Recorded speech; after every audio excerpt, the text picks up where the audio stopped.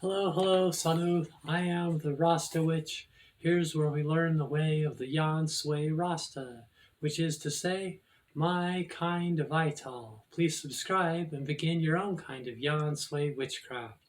All roads lead to Rome. Home. Hi, how you doing? Okay, so as you know, I just had surgery about just over a month ago.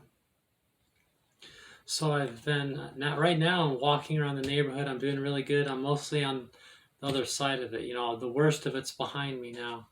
But for the last month, I've been, in bed all day and with problems like that, healing from my bottom surgery, vaginoplasty, which I'm really thankful for.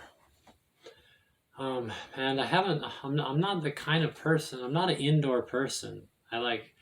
If I'm indoors, I'm learning stuff but I'm usually at work or I'm walking around. I go on a lot of walks. I do a lot of walking. Hopefully in the future I'll do a lot of hiking. If I can get a vehicle so I can get up into the mountains, and instead of walking around the city, I can actually walk around in the mountains. That's what I'm looking forward to.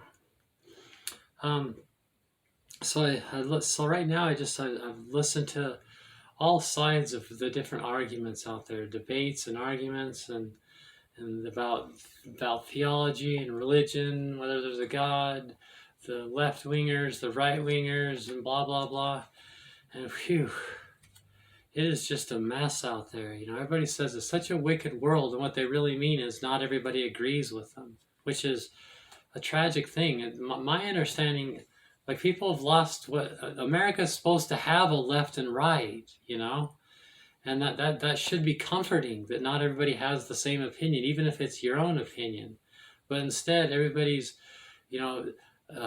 hates the other side, But I tend to lean more to the left because, like, what I hear, like right wingers, they can be talking about their favorite flavor of ice cream, or they can be talking about anything, and transgender people come up. And when you're transgender, it's like your brain switches the word transgender for your name. So it's like Angie Ducharme, they're like, oh, Angie Ducharme, and this and that and this, and it's like, oh my hell, every time someone talks, if they lean that direction, they're down on Angie Ducharme, Angie Ducharme, Angie Ducharme, it's like, oh my hell. Like, if half the people out there hate me and wished I was dead, it's like, gosh dang. And then it's my fault, it's they're being oppressed because they feel that way, So it's like at this point it feels like yeah, the right wingers, they want to take control of everything in an authoritarian kind of a way, and everybody that disagrees is violating their rights, But they want to eradicate LGBT people and all this scary stuff. It drives me crazy. It's hard to deal with, but right now, like, how does my teachings, it's not like very many people listen to me anyway, but for the people that do, my teachings is that the idea that God's a man in the sky is out of date, that rather you should look to the Kabbalah, which teaches what Yahweh, YHWH, is within fire, water, air, and earth, and that God never was meant to be a man in the sky, but rather was, if you go back far enough in time, the Old Testament, have you ever seen the movie Conan the Barbarian? Because if you haven't, you should watch Conan the Barbarian. If you do your research and you know your Old Testament, that's probably a lot closer to what Old Testament times were like than anything you'll learn in a Christian church. They're pretty far out of touch with facts and data and everything, Yahweh was probably like that, some kind of clay figure, the storm god, and I go over all that in my Bible discussions playlist. But I'm like, kind of like not everybody's so into who's right, who's wrong, what's the truth, and all this. But there's another layer to it that's actually more important, especially for me. I would consider myself a witch, but a witch can pick any deity, and I pick Jesus to represent the masculine concept of God, and Mary to represent the feminine side, his mother. and I believe that the Bible's mostly fiction. So I believe that when I read about Jesus and Mary in the Bible, it's mostly fiction. So God's, the belief that God's a man in the sky, that's just a control tactic, a political thing. And so is the idea that there's such a thing as a book that's the Word of God. Those things are out of date. We should know better. And these people want to rule the world, based on these ignorant concepts that with a little knowledge and a little research and a little bit of data and facts, there's no reason for anyone to believe that. But it doesn't mean that these things aren't real and true, in their own way. I believe there was a Jesus, there was a Mary. We'll never know exactly what they were like or what they said because it's just been manipulated and beaten to death and everything. But this video is really about my relationship with mostly Jesus and Mary, but Jesus is who I call Yahshua by his Hebrew name. I realized he wasn't called by his Hebrew name, but because of the Kabbalah and my emphasis on Kabbalah with a Q and my emphasis on Hebrew, he's one of the biggest influences in my life in like a day-to-day moment, in a moment-to-moment part of each day, like I'm trying to love one another like Jesus taught and things like that, Sometimes it becomes apparent to me that I know the Bible better than some of these people that call themselves Christians, and I certainly understand Jesus' teachings better. Like, wow, it's like, what are you guys talking about? They take all the horrible aspects and they highlight those, and they miss the bigger picture of what he was like. He was a rebel, and he didn't why do you think he was crucified? He was a rebel. He wasn't a conformist and a letter of the law person. He was a spirit of the law, and he just I'm like, wow, so am I a Christian? I'm not a Christian. No, I'm not. But I was baptized with water baptism, and that means something to me because Jesus says to get baptized, and that story means something to me, even though it's probably 80% fiction. It's still a story that is really influential, and it means a lot to me. I love the movie Jesus of Nazareth just as much as the scriptures, and that's like a real thing, So is Frosty the Snowman. Frosty the Snowman's a real thing. I really love Frosty the Snowman, and my love for Frosty the Snowman really brings me closer to my spiritual side. It reminds me to be thankful and to be thankful for winter and things like that. But Frosty the Snowman's probably like 99.9% fiction, There probably was a snowman, and that's where they got the idea. That's where the 0.1% comes from.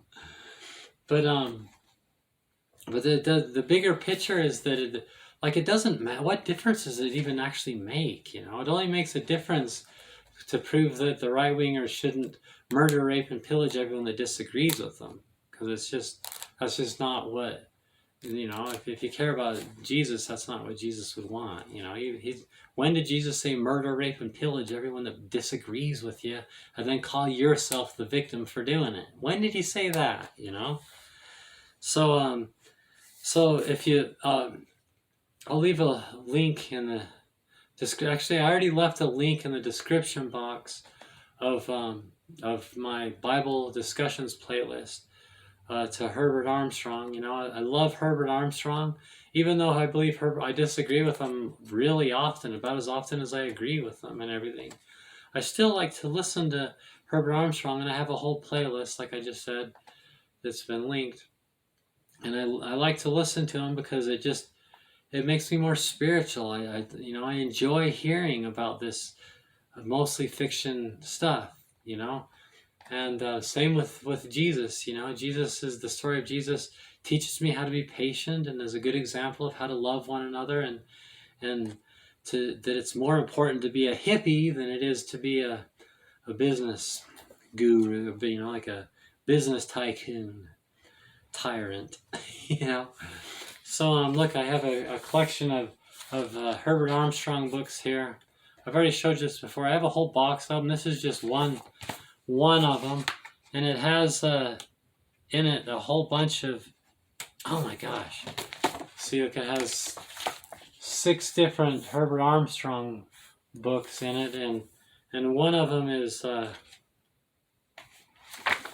Herbert Armstrong's book, all about water baptism. And in this book, he shows you that the data, the scriptures, there's nothing in the scriptures that says you need to get baptized by water, and there's many other baptisms. Some Rastas say their dreadlocks are their only baptism they need.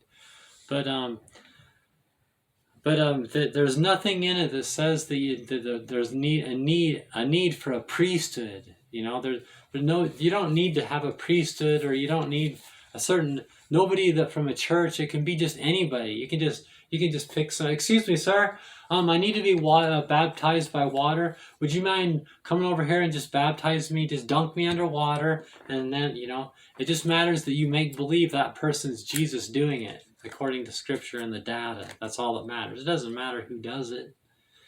It's the symbol of doing it and why you're doing it. It's between you and Jah, who's within. It's an inward thing. It doesn't matter who does it or what authority. There's no authority a person needs to have to baptize and everything.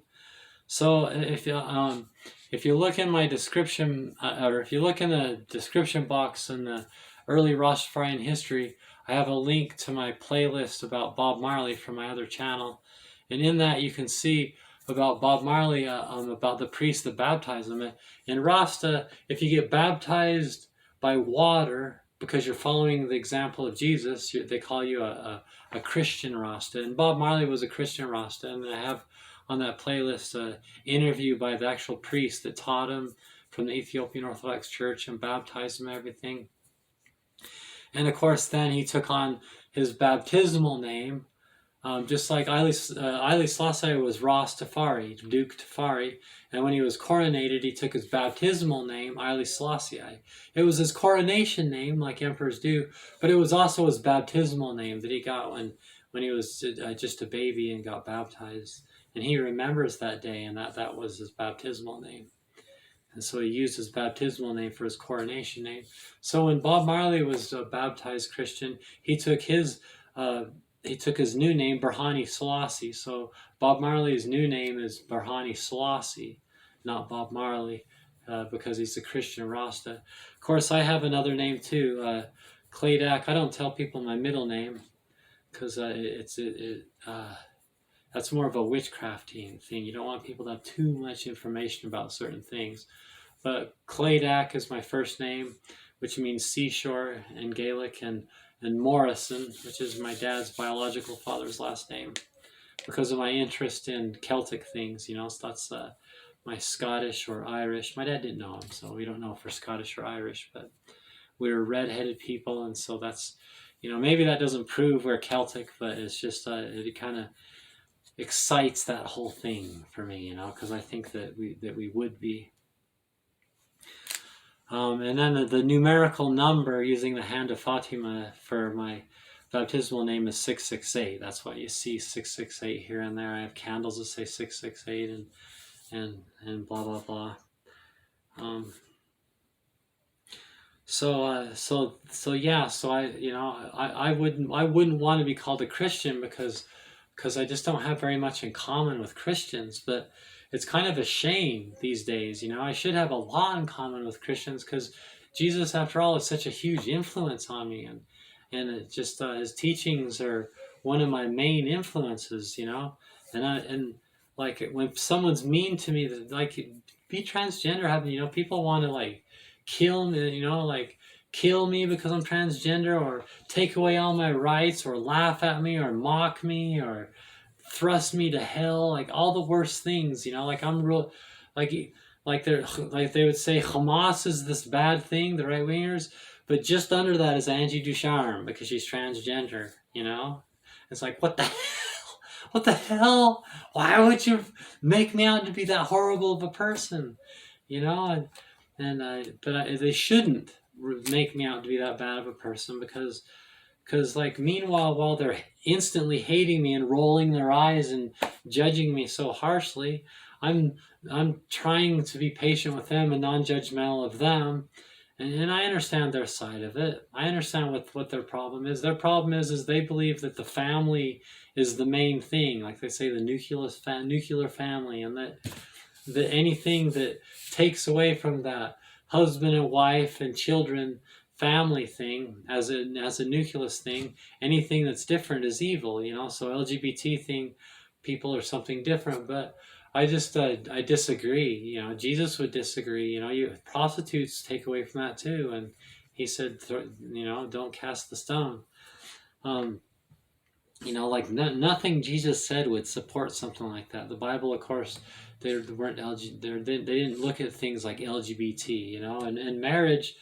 The idea of falling in love with someone and marrying them is only a couple hundred years old. In Jesus' day, they didn't even have marriages like we would call marriages. And in the Old Testament, had many wives and concubines, and there's just no data to support any of the things they believe. So it's in America, in a place that's supposed to have religious freedom, and that you can't expect people to agree with you if you're going to believe such ridiculous things. But I'm not trying to stop you from believing those things. You can believe that Snoopy was crucified and that's who you pray to. I don't care, but you shouldn't take away my rights and then call yourself the victim for doing it at the same time. That's just anti-American. And make America great again. How about make America better than ever again? And we can finally grow into our Constitution and actually, have the separation of church and state and the First Amendment and all these things. So it's just like nothing that they're saying makes any sense. So therefore, someone should be able to disagree with them. And so I just feel like Jesus is on my side of the argument. That sounds just like his favorite saying was, "The last will be first, the first will be last." Which is just another way to say trickle up, not trickle down. So it's just like, these differences should be small enough differences in a world where there's supposed to be a left and a right. That the bigger picture of me having a lot in common with them and Bob having a lot in common with them too. We're Rastas, so we're not Christians, but we have a lot in common with you, and the Bible is a book of fiction,